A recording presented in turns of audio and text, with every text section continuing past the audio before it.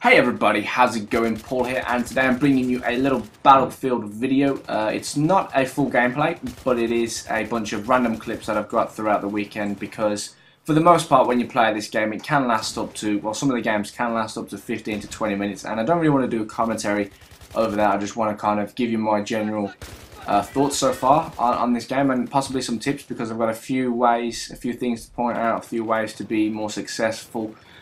But yeah, the first thing you should really know about this game, if you're primarily a Call of Duty player, then I think you should definitely go into this game with an open mind, because it's not Call of Duty. It may look very similar, it may play similar, but it's it's not the same. There's so much different in this game.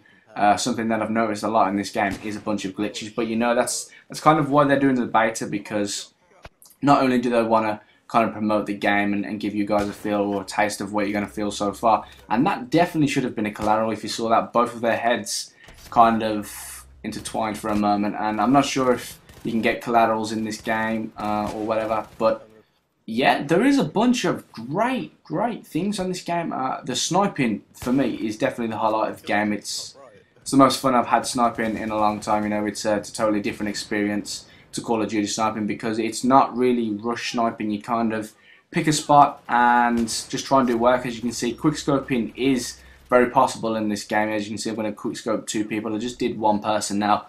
I'm about to zoom in on the second person, and boom, it's more of a drag shot. I wouldn't really say it's Call of Duty quickscoping, but it's definitely some form of quickscoping, because you're reacting very quick, and you should definitely have a higher sensitivity in this game if you want to quickscope. Headshots are definitely the way to go about sniping. EA definitely kind of promote headshots in this game. If you pick up a sniper rifle, if you've got the chance, go for a headshot. There's a lot of hit markers in this game, but the good thing is you're not always in close quarter, and that's another thing I wanted to talk about. It's not always close quarter combat. As you can see, there's a bunch of different sections in this game, and it's not actually 3 different or 4 different maps. It's actually the same map. It's called Operation Metro, and we're playing the game type Rush.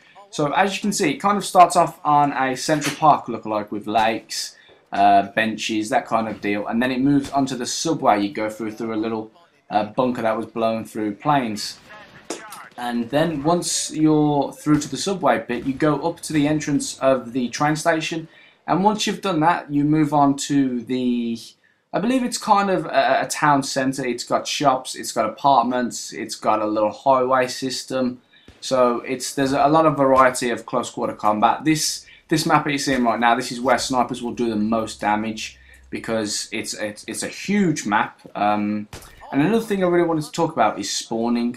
There's a few different. It's very different to Call of Duty, and a lot of people are probably going to flag me for comparing this to Call of Duty, but it's what I do, since I'm primarily a Call of Duty player. The only kind of game that I play online is Call of Duty, so whether I'm playing Gears of War 3, Battlefield 3 or anything like that, I'm probably going to compare it to Call of Duty. But yeah, the way the spawning system works, you either spawn at the attack or defender deployment, which is either side of the map, or you can put down a radio transmitter, which is kind of like a tactical insertion. But while in that section, you can spawn there anytime, and your teammates can also spawn on it, or you could just spawn on your teammates. And this is where the problems kind of come about. When spawning on a teammate, if they're in combat, there won't be any kind of restriction to you spawning on them. If let's say they're surrounded by 4 people, you could still spawn on there even when they're about to die, even when their life is at 1%. There will be no notifications for you not spawning, for you spawning there. There will be no warning. You will just go straight there and die if there's a bunch of enemies around. So keep that in mind. The best thing to do is find a remote location, put down a radio transmitter, and spawn there, because it's a lot safer. It's a lot less stressful, because the most stressful thing in a respawn game type is spawning in and dying straight away. There's nothing more frustrating, and there's nothing more kind of annoying. But yeah, the game type itself is called Rush. It's very similar to the Call of Duty game type Search and Destroy and Demolition. The reason why I compare this is because there's 2 bomb sites, just like in Demolition, and when attacking you need to blow up both of the objectives before your respawns are depleted. Now, if you blow up one of the one of the objectives, you move on to the next objective. Once you've blew up that objective, you move on to a new location, a new section of the map, and if you're attacking, you just need to blow up as many as you can to get to the final stage and then blow up the 2 objectives there.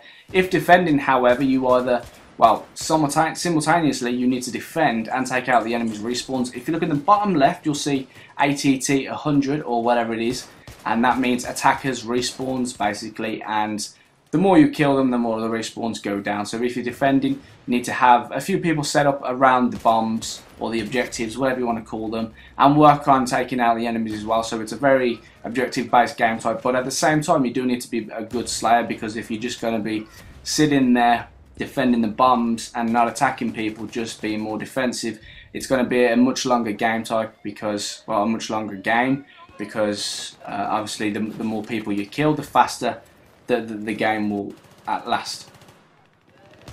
And very quickly before this video ends, I'm going to give you 2 tips. One, look out for flashlights, especially when in the subway. They're very, very easy to see, and it's kind of an indication that there's an enemy there. And sometimes you may need to turn up your brightness, especially when in the subway, because it's quite dark. But guys, this is the end of the video. I hope you enjoyed this video. If you want to see more from me, more Battlefield on this page, please like the video. And until next time, take care.